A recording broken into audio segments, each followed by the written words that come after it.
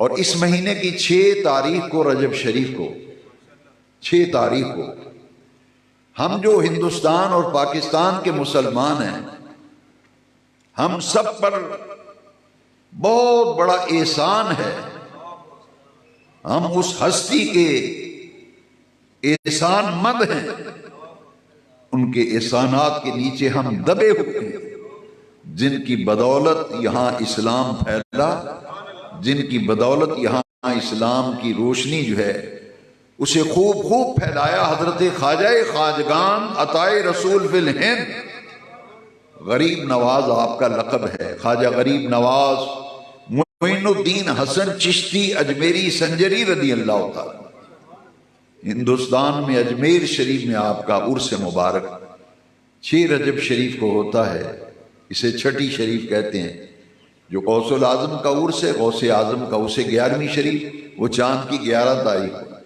خواجہ معین الدین چشتی اجمیری کا جو عرس اور سالانہ فاتح ہے اسے چھٹی شریف کہتے ہیں کہ آپ کا وصال جو ہے وہ 6 رجب کو ہوا ہے.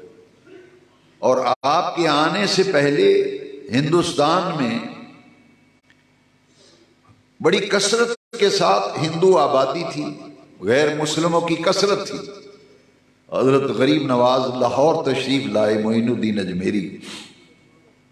حضرت داتا صاحب کی بارگاہ میں سیدنا عبد القادر جیلانی رضی اللہ عنہ مدینہ شریف لے گئے خواجہ غریب نواز کو، اور حضور کے روضہ شریف پہ جا کے عرض کیا کہ میں معین الدین کو آپ کے سپرد کرتا ہوں.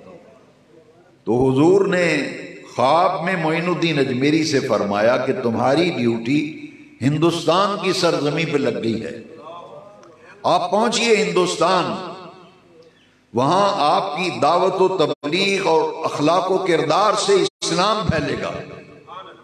لیکن بر صغیر میں جب آپ جائیں تو راوی کے کنارے ایک درویش آرام فرما ہے، ان سے اجازت لے لینا اور پھر داخل ہونا. تو اجازت لینے کے لیے 40 دن اعتکاف کیا خواجہ معین الدین اجمیری نے. حضور داتا گنج بخش علی بن عثمان الحجویری رضی اللہ عنہ کے مزار شریف کے قدمین کی طرف وہ حجرہ مبارکہ آج بھی موجود ہے جہاں آپ نے 40 دن اعتکاف کیا تھا.